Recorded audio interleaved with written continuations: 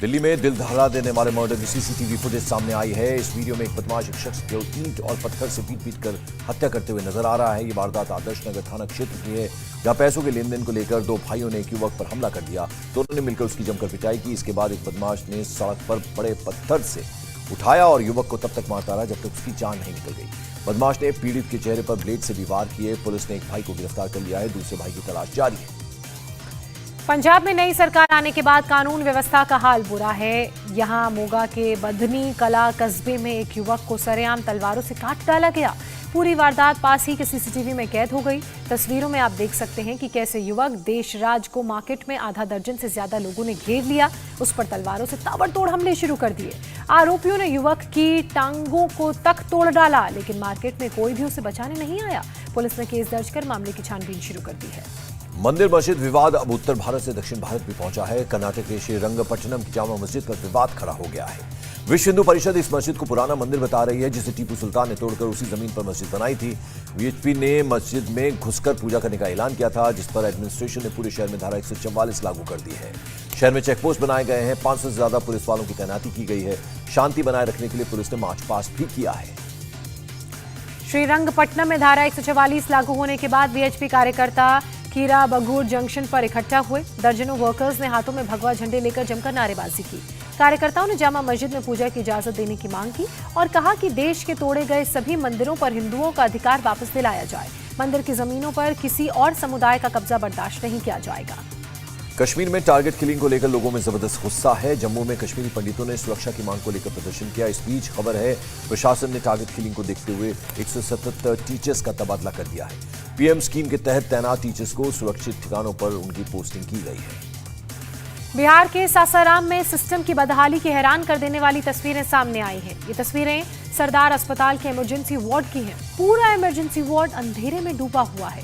सारी मशीनें बंद पड़ी हैं। डॉक्टर मोबाइल की लाइट में मरीजों का इलाज कर रहे हैं। अस्पताल में ऐसी जो तस्वीरें सामने आ रही हैं वो दुखद हैं। पंखे तक चल नहीं रहे, मरीज गर्मी से बेहाल हैं। उन्हें राहत पहुंचाने के लिए हाथ से पंखा चलाया जा रहा है। यहाँ के डॉक्टर्स ने बताया कि अस्पताल में बिजली का गुल होना आम बात है, जिसकी वजह से उन्हें मरीजों का इलाज मोबाइल से लाइट जलाकर करना पड़ रहा है। पटना से लुटेरों की भागम भाग का एक वीडियो सामने आया। गर्दनी बाग थाना क्षेत्र की एक ज्वेलरी शॉप में 5 लुटेरों ने लूटपाट की। वहां से 1.5 लाख के गहने लेकर भाग निकले। बदमाशों के बाहर निकलते ही दुकानदार ने शोर मचा दिया, जिसके बाद ये लुटेरे इतना डर गए कि अपनी बाइक और जूता वहीं छोड़कर फरार हो गए। भागने के दौरान लुटेरों के बैग से ज्वेलरी का डिब्बा भी नीचे गिर गया। सारी वारदात सीसीटीवी कैमरे में कैद हो गई है। दिल्ली एयरपोर्ट में आग लगने से अफरा तफरी मच गई है। ये आग कार्गो बे में लगी, जहां एक टोइंग गाड़ी धू धू कर जलने लगी। आग कल शाम 5:30 बजे के करीब लगी, लेकिन जल्द ही दमकल विभाग की गाड़ियां मौके पर पहुंच गई और आग पर पूरी तरह से काबू पा लिया गया। हादसे में किसी के हताहत होने की खबर नहीं है। टोइंग गाड़ी में आग क्यों लगी, फिलहाल कारण स्पष्ट नहीं हो पाए हैं। उधर राजस्थान के जोधपुर के सीआरपीएफ ट्रेनिंग सेंटर में 14वें बैच की पास आउट परेड हुई। ट्रेनिंग के दौरान 1129 जवानों ने देश की सेवा की शपथ ली और सीआरपीएफ में शामिल हुए। केंद्रीय रिजर्व पुलिस बल के आईजी विक्रम सहगल ने परेड की सलामी ली। इस मौके पर केंद्रीय मंत्री गजेंद्र सिंह शेखावत की शुभकामना संदेश को जवानों को पढ़कर सुनाया गया। पासिंग आउट परेड में सीआरपीएफ ने कई बड़े अधिकारी और नए कैडेट्स की परिजन भी उसमें शामिल हुए।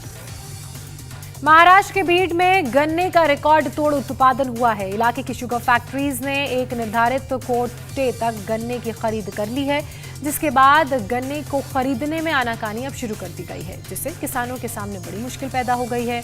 कुछ किसानों ने मिलकर इसका तोड़ निकाल लिया। किसानों ने मिलकर गुड़ बनाने की यूनिट लगाई है और अपने गन्ने से जैगरी का उत्पादन करना शुरू कर दिया है, जिससे किसानों को और लाभ मिलेगा। यूपी के मेरठ जिला जेल में कैदियों को कमाई के अवसर दिए जा रहे हैं। जेल के कैदी स्वरोजगार योजना के तहत अपने हुनर का उपयोग कर रहे हैं। कैदी सिलाई और स्पोर्ट्स फैक्ट्री में काम कर रहे हैं, जिसमें रॉ मटेरियल बाहर से उपलब्ध कराया जा रहा है और ये कैदी कपड़ों की सिलाई कर रहे हैं, फुटबॉल बना रहे हैं, स्पोर्ट्स वेयर कपड़े भी तैयार कर रहे हैं। तैयार माल को बाहर मार्केट में बेचा जाता है और पैसे कैदियों के खातों में भेज दिए जाते हैं, जिससे ये कैदी अपने परिजनों का भी ख्याल रख पा रहे हैं। मध्य प्रदेश के खंडवा से दर्दनाक एक्सीडेंट की खबर सामने आई है। यहाँ के धनोरा गांव के पास सड़क पर ट्रैक्टर ट्रॉली पलटने से बड़ा हादसा हो गया, जिसमें 2 बच्चों समेत 5 लोगों की मौत हो गई और 21 लोग घायल हो गए, जिन्हें पास के ही अस्पताल में भर्ती कराया गया, जहां फिलहाल उनका इलाज जारी है। सीएम शिवराज सिंह चौहान ने हादसे पर दुख जताया है और कहा कि हादसे के शिकार हुए परिवारों के साथ राज्य सरकार खड़ी है। गर्मी के मौसम में जंगलों में आग लगने की घटनाएं बढ़ गई हैं। राजौरी के बाद उत्तराखंड के श्रीनगर के जंगल में आग लग गई। देखते देखते जंगल के बड़े इलाके में आग फैल गई और पेड़ पौधे धू धू कर जलने लगे। खबर मिलते ही फायर ब्रिगेड की कई गाड़ियां मौके पर पहुंची। दर्जनों फायर फाइटर्स स्थानीय लोगों की मदद से आग पर काबू पाया जा सका। हालांकि आग से अभी तक किसी जानमाल के नुकसान की खबर नहीं है। आग लगने के कारणों की भी जांच की जा रही है। बंगाल के झारग्राम में जंगली हाथियों ने तांडव मचाया है। यहाँ के अमतलिया गांव में हाथियों के समूह ने हमला बोल दिया, जिसमें एक शख्स की जान चली गई। हाथियों के हमले में फसलों और घरों को नुकसान हुआ है।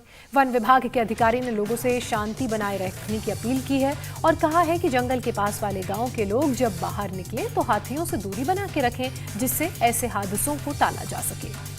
दिल्ली के भलसवा लैंडफिल साइट में कल लगी आग अभी तक नहीं बुझ पाई है। आज भी कूड़े के ढेर से रह रहकर आग और धुएं का गुबार निकल रहा है, जिससे इलाके में प्रदूषण के स्तर में बढ़ोतरी हो रही है।